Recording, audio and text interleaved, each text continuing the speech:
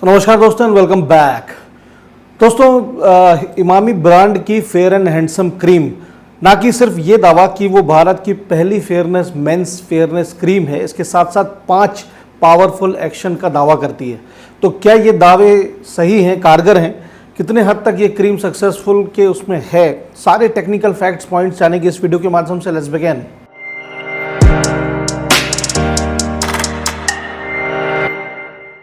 तो दोस्तों पहला जो लेबल क्लेम एक्शन का जो कंपनी करती है वो है स्वेट एब्जॉर्प्शन। स्वेट एब्जॉर्प्शन का मतलब कंपनी के प्रोडक्ट के लेबल के ऊपर ये एक नोटिफिकेशन होता है कि इस क्रीम के अंदर माइक्रो एब्जॉर्बर्स मौजूद हैं जो कि पसीने को सूखने का एब्जॉर्प्शन करने का काम करते हैं। एक्चुअल में दोस्तों ये माइक्रो एब्जॉर्बेंट एक पाउडर यानी कि पाउडर फॉर्म के केमिकल्स होते हैं जो कि पसीने स्वेट को आने से रोक देते हैं। अब केमिकल जैसे कि aluminium chlorohydrate, aluminium zirconium trihydrex glycine या फिर डायमेथिकोन जो कि इस प्रोडक्ट में है, ये एक्चुअल में क्या करते हैं कि जब क्रीम को हम फेस के ऊपर अप्लाई करते हैं तो हमारे फेस पर बहुत सारे छोटे छोटे डक्ट्स और ग्लैंड्स होते हैं। उस ग्लैंड से पसीना बाहर आता है। उस ग्लैंड्स में जो मौजूद सेल्स हैं उनको ये एक्चुअल में केमिकल जो है थोड़ा स्वेल कर देता है और स्वेलिंग की वजह से वो स्वेट बाहर नहीं आ पाता, जिसकी वजह से ये एक एक्शन हो जाता है कि उसने स्वेट एब्जॉर्ब कर लिया। तो ये पर्टिकुलर केमिकल इस क्रीम फेयर एंड हैंडसम में माइक्रो एब्जॉर्बर्स हैं जो कि स्वेट को एब्जॉर्ब करते हैं। लेकिन मेरा एक सजेशन है, सजेशन भी नहीं बल्कि एक पॉइंट ऑफ व्यू है कि स्वेट एब्जॉर्प्शन ठीक है, सो के गर्मियों में प्रॉब्लम है जो भी है इस तरह का, लेकिन सेल्स का स्वेल होना बार बार ये ठीक नहीं होता है। बिकॉज स्वेट का आना इज़ अ नेचुरल फिनोमिनन और ये होना चाहिए। अगर इस तरह के सेल बार बार स्वेलिंग उसमें पोजीशन में जाएंगे तो ये प्रॉब्लमेटिक हो सकता है। तो दूसरा जो एक एक्शन ये fair and handsome cream claim करती है that is the oil control. Oil control वैसे तो आप सभी को पता ही होगा, लेकिन एक आपकी जानकारी के लिए बता दूं कि ऑयली स्किन एक्चुअल में है क्या। ऑयली स्किन के एक्चुअल में दोस्तों बहुत सारे कारण होते हैं। नॉर्मली इंडियंस में ये बहुत कॉमन प्रॉब्लम है स्किन फेस या स्किन का ऑयली होना। अब इन्वायरमेंटल, जेनेटिक, लाइफस्टाइल, फूड, इस तरह की चीज़ों से वजह से ऑयली स्किन होना एक बहुत कॉमन बात है। बेसिकली क्या होता है, हमारे चेहरे पर सेबेशियस ग्लैंड्स नामक ग्रंथियाँ होती हैं जिसकी वजह से सीबम सिक्रीट होता है। हम बार बार ये ऑयल का नाम लेते हैं, ऑयल नहीं है वो सीबम है। इस एक्चुअल में लिपिडिक पॉलीसेक्राइड लिपिडिक फॉस्फोलिपिड्स नेचर का तैलीय प्रवृत्ति का ये सीबम होता है जो कि शरीर में हमारे से सेबेशियस ग्लैंड से सिक्रीट होता है। अब ऑयली स्किन की कंडीशन में ये सिक्रीशन बहुत ज़्यादा बढ़ जाता है जिसकी वजह से हम क्लेम मतलब बोलते हैं कि स्किन ऑयली हो गई। अब क्रीम के हिसाब से जो क्लेम है कि ऑयल कंट्रोल वो ये कि क्रीम में कुछ ऐसे केमिकल जैसे कि काओलिन, बेंटोनाइट, मोंटमोरेलोनाइट, ये एक्चुअल में ऑयल के अगेंस्ट सर्फेक्टेंट कंसिस्टिंग इंग्रेडिएंट्स होते हैं जो कि ऑयल को कंट्रोल करते हैं, ऑयल को एब्जॉर्ब कर लेते हैं और फिर जिसकी वजह से ऑयल का सिक्रीशन रिडक्शन कम आता है और हमें ऐसा फील होता है कि ऑयली स्किन नहीं है।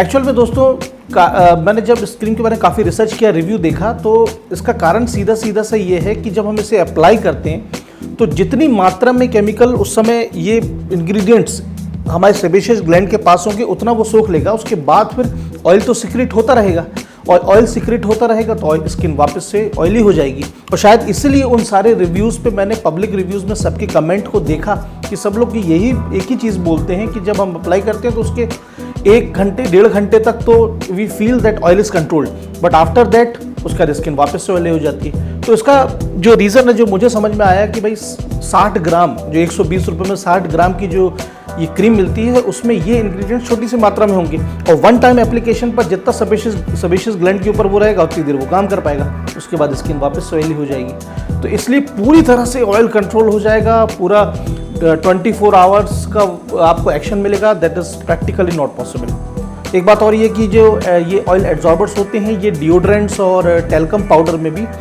मौजूद होते हैं। तीसरा दोस्तों जो लेबल क्लेम है कंपनी का that is the skin protection. इसका मतलब ये है कि सूर्य से निकलने वाली हार्मफुल यूवी रेडिएशन से ये क्रीम आपकी स्किन को बचाती है। एक्चुअल में इसका जो मैकेनिज्म ऑफ एक्शन है वो एक्चुअल में ऐसा होता है कि हमारे सरफेस स्किन की त्वचा के ऊपर मेलानिन नाम का सब्सटेंस होता है। तो जब यूवी किरणें पड़ती हैं तो वो पेनिट्रेट करके उस मेलानिन को सुखा देती है जिसकी वजह से स्किन जो है थोड़ी डल पड़ जाती है। तो इस क्रीम में इसके प्रोटेक्शन हेतु SPF यानी कि सन प्रोटेक्शन फैक्टर 15 मौजूद है, जो कि मैंने चेक किया, जो कि इथाइल हेक्साइल मिथॉक्सी सिनामेट नामक एक सन प्रोटेक्शन फैक्टर है, जिसकी वजह से ये प्रोटेक्शन करता है। सन प्रोटेक्शन फैक्टर्स के बारे में मैंने काफ़ी रिव्यू किया, तो उसमें ये जो SPF 15 है उस क्रीम में मौजूद, जब हम उसे लगाते हैं तो वो एक किस्म का बैरियर बना देता है, जिसकी वजह से अल्ट्रावायलेट लाइट उसको पेनिट्रेट नहीं कर पाती, जिसकी वजह से ये प्रोटेक्शन हो पाता है। तो सन प्रोटेक्शन फैक्टर एक इसका गुड फीचर है, इसमें काफ़ी अच्छी कंटेंट में है। तो दोस्तों चौथा जो एक एक्शन कंपनी क्लेम करती है वो है dark spot reduction. Dark spot reduction दोस्तों एक्चुअल में पूरा पिगमेंटेशन और यूं कहें स्किन के डेड सेल्स का गेम है। जब पिगमेंटेशन में अनइवन डिस्ट्रीब्यूशन और सेल्स का डेड हो जाते हैं तो हमारे फेस के ऊपर स्किन में छोटे छोटे डार्क स्पॉट्स दिखने लगते हैं, जिनको हम डार्क स्पॉट्स ही बोलते हैं। तो कंपनी ये क्लेम करती है कि वो डार्क स्पॉट्स को रिड्यूस करने के लिए उसके पास उसके इंग्रेडिएंट्स के रूप में एंटीऑक्सीडेंट्स मौजूद हैं, जो कि उसमें काम करते हैं। जो मैंने चेक किए तो वो है भी, लेकिन जो मेरा सोचना, जो मेरा एक्सपीरियंस है, जो मेरा रिसर्च का जो सोचना है, पॉइंट ऑफ व्यू है कि बहुत अच्छे और बहुत शानदार इफेक्टिव एंटीऑक्सीडेंट्स की श्रेणी होती है, जैसे कि arbutin, kojic acid, glycolic acid, niacinamide, retinol, tranexamic acid. ये बहुत इफेक्टिव इंग्रेडिएंट्स होते हैं for reduction in the dark spots, जो कि अनफॉर्चुनेटली इस क्रीम में नहीं है। इसकी वजह से शायद डेफिनेटली इसलिए भी जब मैंने रिव्यूज़ का ओवरव्यू लिया, सारे कमेंट्स को देखे, तो उस समय पे उसमें भी पब्लिक की तरफ से यही है कि डार्क स्पॉट रिडक्शन में उतनी इफेक्टिव ये नहीं है। दोस्तों पांचवा और आखिरी जो एक क्लेम है फेयर एंड हैंडसम क्रीम का, वो है लॉन्ग लास्टिंग फेयरनेस।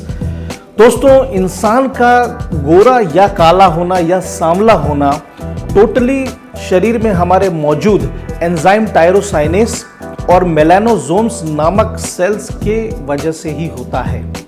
इनके डिस्ट्रीब्यूशन, इनकी संरचना हमारे शरीर में उस तरह होती है जैसे RBC या WBC होते हैं, ये हमारे जीन्स में तक मौजूद होता है। इसलिए दुनिया की कोई ताकत नहीं है जो इन मेलानोसोम्स और टायरोसाइनेस के डिस्ट्रीब्यूशन को बदल सके। माइकल जैक्सन की बात अलग है, वो सर्जिकल प्रोसीजर था, तो वो तो एक अलग सेक्शन है, लेकिन उस पर नहीं हो सकता। तो कंपनी क्लेम करती है कि लॉन्ग लास्टिंग फेयरनेस मिलेगी, मतलब गोरापन मिलेगा, ऐसा बिल्कुल नहीं है।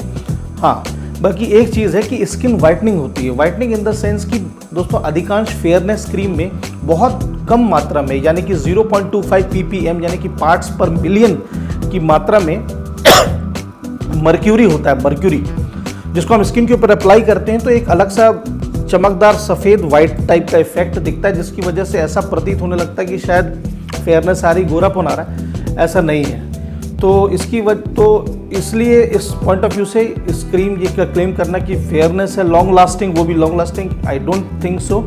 स्किन वाइटनिंग हो सकती है तो that will be the good thing. बाकी दोस्तों एक बात ये कहूँगा कि फेयरनेस और कालापन, गोरापन इज नॉट द इशू। ये इनहेरेंट कैरेक्टरिस्टिक, इंसान का पोटेंशियल, उसके गुण ही ये तय करते हैं कि उसकी शख्सियत कैसी होगी। ये बस एक जनरल में अपना ओपिनियन दे रहा हूँ, मेरा कोई ऐसा बात नहीं। तो दोस्तों ये था एक detailed critical and technical review of this cream. अब आते हैं एक क्विक समरी के ऊपर इन दी फॉर्म ऑफ कंक्लूजन, कुछ पॉइंट्स के ऊपर जो कि क्लेम थे। नंबर 1 वो ये कि स्वेट एब्जॉर्प्शन। दोस्तों स्वेट एब्जॉर्प्शन चूंकि माइक्रो एब्जॉर्बेंट्स मौजूद हैं, लेकिन एज पर माय रिकमेंडेशन उतना स्वेट को फेस पर स्पेशली रोकना ठीक नहीं है, तो इसलिए इसके लिए 1 star out of 5 for this cream. Second था ऑयल कंट्रोल। 1 से 2 घंटे तक के लिए ऑयल कंट्रोल होता है, इसलिए 1 स्टार आउट ऑफ 5। तीसरा था skin protection from harmful UV rays. Sun protection factors अच्छी क्वांटिटी में और डाइवर्सिफाइड रूप में इस क्रीम में मौजूद है, इसलिए इसके लिए 3.5 स्टार आउट ऑफ 5। चौथा था डार्क स्पॉट रिडक्शन। चूंकि दोस्तों इसमें डार्क स्पॉट रिडक्शन के लिए एंटीऑक्सीडेंट और विटामिन B3 का लेवल क्लेम है, जो कि करता भी है, लेकिन चूंकि वो पोटेंशियल इंग्रेडिएंट जो कि इसमें मैं एक्सपेक्ट कर रहा था वो नहीं है, इसके लिए 1 स्टार आउट ऑफ 5। पांचवा था लॉन्ग लास्टिंग फेयरनेस, और चूंकि लॉन्ग लास्टिंग फेयरनेस का ऐसा कोई प्रमाण नहीं मिला है और लॉन्ग लास्टिंग फेयरनेस होती नहीं है, इसलिए कैन नॉट रिकमेंड। बल्कि हाँ, स्किन वाइटनिंग थोड़ा सा इफेक्ट आता है, उसके लिए 1 स्टार आउट ऑफ 5। तो टोटल कुल मिलाकर के on an average total score इस क्रीम का मेरी तरफ से हुआ 1.5 स्टार आउट ऑफ 5। अब साथ ही साथ इसमें कुछ प्रॉस एंड कॉन्स मैं ऐड कर देता हूँ as a bonus from my side. Pros के रूप में देखें तो सबसे पहली चीज़ ये कि पैकेजिंग अच्छी है, प्रेजेंटेबल क्रीम का लुक है, और ब्रांड एंडोर्सिंग में भी कंपनी ने कोई कसर नहीं छोड़ी, मार्केटिंग अच्छी करी। दूसरा ये कि प्राइस अफोर्डेबल है, मतलब 120 ग्राम के लिए 60 ग्राम के लिए 120 रुपये इज़ अफोर्डेबल, इट्स गुड, और जो कि सब लोगों की रीच तक पहुंच पाएगा in contrast to other cosmetic products. Oil control 1 से 2 घंटे तक मिलता है, विच इज़ नॉट बैड। और दूसरा ये कि सन प्रोटेक्शन फैक्टर्स काफ़ी अच्छी क्वांटिटी में मौजूद है, 4-5 तरह के सन प्रोटेक्शन फैक्टर्स हैं। तो ये थे प्रॉस। अब कॉन्स की बात करें तो ऑयल 1 से 2 घंटे लगेगा, उसके बाद काम नहीं हो पाएगा, तो ये this is not acceptable.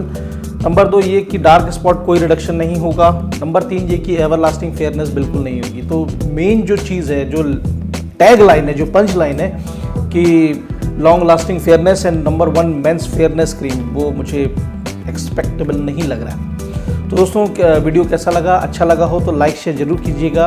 Channel पर आप लोग फर्स्ट टाइम आए हो तो लाइक शेयर प्लस सब्सक्राइब करके बेल आइकन को प्रेस करना, साथ ही साथ ऑल नोटिफिकेशन को दबाना ना भूलें। आशा है आप सभी सतर्क भी होंगे, जागरूक भी होंगे और स्वस्थ भी होंगे। चलता हूँ और जल्दी मिलता हूँ। एक बात सॉरी जाने से पहले एक बात मैं अच्छा भूल गया कि इस क्रीम में इसकी क्रीम से जुड़ी एक बहुत इंपॉर्टेंट कुछ बहुत अच्छी बातें, कुछ अमेजिंग फैक्ट्स हैं जिस क्रीम ने इसको इतना पॉपुलर बनाया था। उसके लिए मैं ऐसा करता हूँ, एक नेक्स्ट वीडियो लेकर के आता हूँ। उस वीडियो में आप देखेंगे कि आखिर ऐसी क्या अमेजिंग फैक्ट्स थे जिसकी वजह से इतनी पॉपुलरिटी हुई। उसको अगले वीडियो में अपन कवर करते हैं। तो फिलहाल चलता हूँ, जल्दी मिलूँगा अगले वीडियो में। Good luck.